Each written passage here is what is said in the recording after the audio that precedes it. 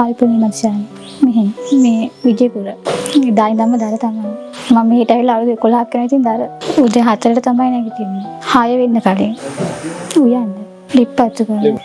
හරි අමාරුවෙන් ඉතින් ඔය ඉඩම් වලින් ගහලා එහෙම තමයි වේලගන්නේ. ළඟ පාදන නැහැ ඉඩමෙන් ගේනවා. තව ඉතින් යවට තිබුණොත් හොයා ගන්නවා. වැස්ස කාට ලිපෙන් වේලලා තමයි ලිපෙකින් ඉඳලා සැරට එහෙම වේලලා යනවා. ලිප්පත්තු කරනකොට එහෙම තියෙනවා ඉතින්. මේ දුම් ගන්නකොට ඉතින් ලිප්පත්තු කරනකොට මේ කැස්සක් තියෙනවා. උස්ම ගන්න එහෙම තපලට එනවා. රාම්තෙල් තියෙන ඒවා දාලා නැත්නම් shopping ඒවා පොල් කොළ ඒවා. දන්නවා හදිස්සියට ඉතින් දාලා ටිකක් වෙලා ගියාම තමයි මේ බලන් ලිපිතිය. ඒ කියන්නේ මේ එහෙම මම මේක පත්තු කරලා ටිකක් වෙලා එළියට වෙලා ඉන්නවා. හදිස්සියට පත්තු කරගන්න නැති මොනොත් තමයි දාන්නේ. නෑ එයා උයන වෙලාවට වැඩි එන්නේ. එහෙම උයන වෙලාවට ඉතින් හදිස්සියෙන් එනවා එහෙම වැඩිපුර එන්නේ නෑ.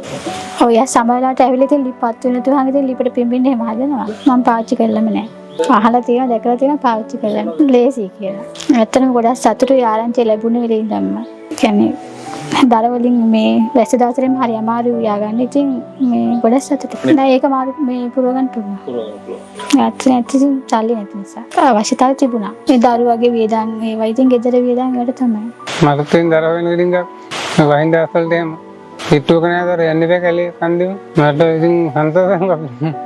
මම කවුරුත් ඉතින් වගේ දෙයක් වෙන්නේ නැහැ දී කියන්නේ. දෙනෝ ඉතින් බලවල්නේ දෙන්නේ. සාමාන්‍ය දේශපාලන ඒකින්ද වෙලක් ස්තුතියි. ඇත්තටම ගොඩක් සතුටුයි. අපි හරි අමාරුවෙන් තමයි ජීවත් වෙන්නේ.